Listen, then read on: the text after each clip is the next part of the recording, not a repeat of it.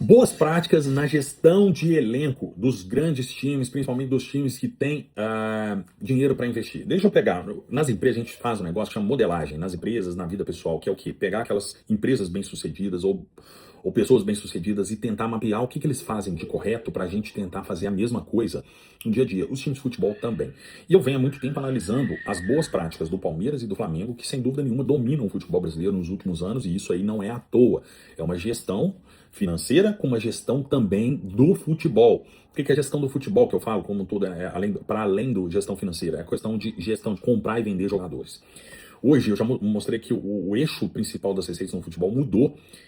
Sempre foi muito relacionado a direitos de televisão, patrocínios, e hoje ele mudou para venda de jogadores.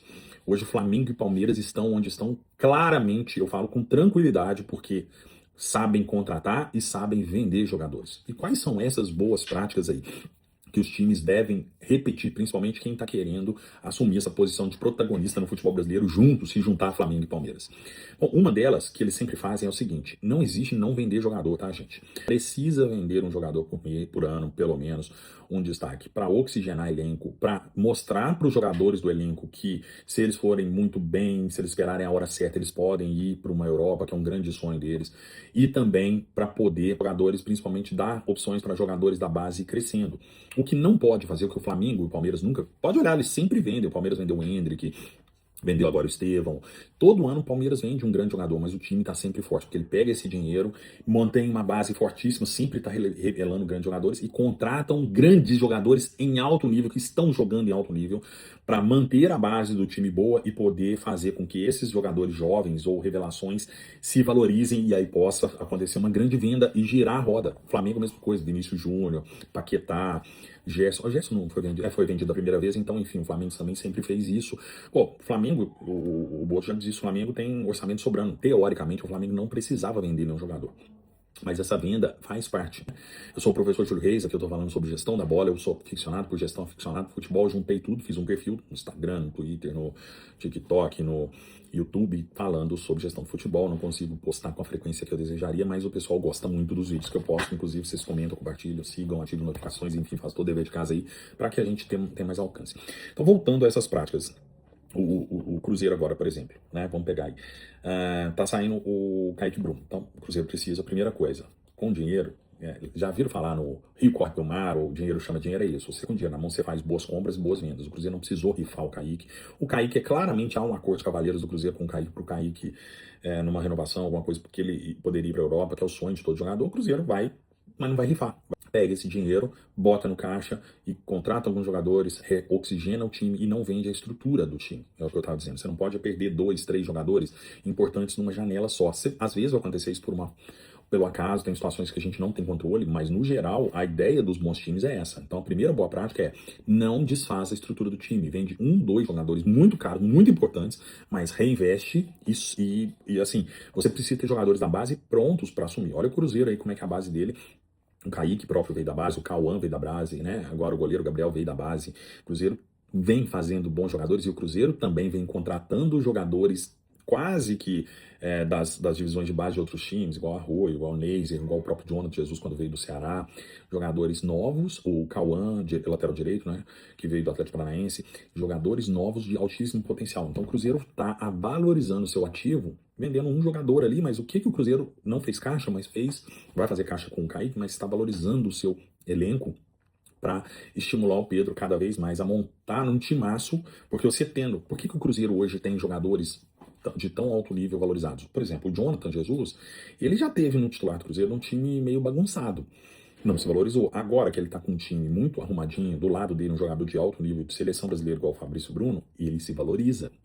O Kaique, a mesma coisa. Eu lembro que o time de 2003 do Cruzeiro, o Cruzeiro vendeu Augusto Recife por uma fortuna, vendeu o Wendel por uma fortuna, vendeu Mota, vendeu um monte de jogador que não tinham competência para tanto, por valores altos, porque você tinha um timaço que valorizava todo o elenco. É isso que os times têm que fazer. Então, a segunda boa prática é isso.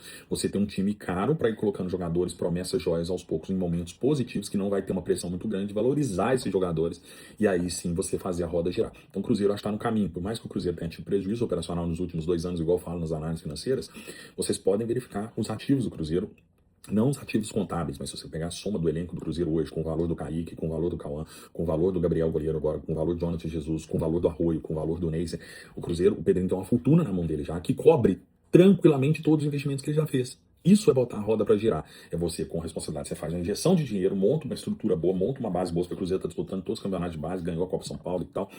Monta uma base boa, monta uma estrutura, bota uma área de análise de mercado, mapeia oportunidades jovens que já estão num preço bom, jogando em alto nível, mas tem condição de valorizar muito mais. E aí, meu amigo, é só continuar uma gestão positiva. É isso que o Flamengo fez, é isso que o Palmeiras fez, é isso que o Cruzeiro está fazendo agora. E é essa a melhor prática. Só que é uma prática, cara, não é. Você não consegue implementar essa prática sem caixa, sem dinheiro. Então, a injeção inicial de recurso do Pedrinho foi muito importante. Hoje, os outros times brasileiros, que são SAF, igual Atlético, Bahia, alguns outros times aí que, por exemplo, Botafogo hoje, Botafogo fez isso e não fez mal. Olha que o Botafogo tem alguns jogadores, como o Montoro, alguns jogadores que valem muito dinheiro. O problema é que o cara lá, ele meio que descompensou tudo lá, não tá pagando conta e tal, mas o projeto do Botafogo não era ruim. Em algum momento eles perderam. O Botafogo conseguiu botar a roda pra geral. O Botafogo fez grandíssimas vendas com o Luiz Henrique, com o Almada, contratou caro, mas vendeu caro. Alguma coisa ali no meio se perdeu que ninguém sabe o que aconteceu. Mas se o cara fosse mais sério ali, o Botafogo era para ter ficado no patamar. Aí os detratores da SAF usam isso para dizer, a SAF não dá certo, sabe o quê? Não. A SAF, como qualquer empresa, está sujeita a dar certo e errado. A única certeza que a gente tem é que os times que não são SAF, 90% deles, 95% dão errado. E os times que são SAF, tá aí meio a meio. Metade tá dando, metade não tá dando. A chance de um time SAF dar certo é maior. Por quê? Porque exige, a lei da SAF exige maiores padrões de gestão, profissionalização, compliance, governança. Então, o próprio Bahia mudou de patamar, o próprio Botafogo mudou de patamar, o Cruzeiro mudou de patamar, o Atlético mudou de patamar, o Atlético mudou um pouco antes, mas já com injeção financeira, né? É porque o pessoal tá acostumado com o Atlético aí, que ganhou em 2021, ganhou tudo e tal, mas antes, gente, eu sou daqui de Minas, você só olha, o Atlético ficou 20 anos sem ganhar nada, 30 anos sem ganhar nada. Então, assim, depois que o Atlético recebeu esse aporte do Menin, do financeiro, ele mudou de patamar. Antes ele ganhou uma vez com o Calil lá, em 2013 e tal, mas foi um all-in que o Calil deu. Mas sem o aporte das grandes empresas, a maioria dos times, o próprio Bragantino, sempre bem lá, né? Então, fica aí a dica da modelagem que os times têm que fazer. Manter uma estrutura, não vender muitos jogadores por ano, vender 1, 2 jogadores todo ano, fazer um caixa grande, reinvestir bem, contratar jogadores grandes promessas, mas jogadores que estejam jogando em alto nível. Isso é uma outra coisa que eu acho que eu dediquei pouco nesse vídeo.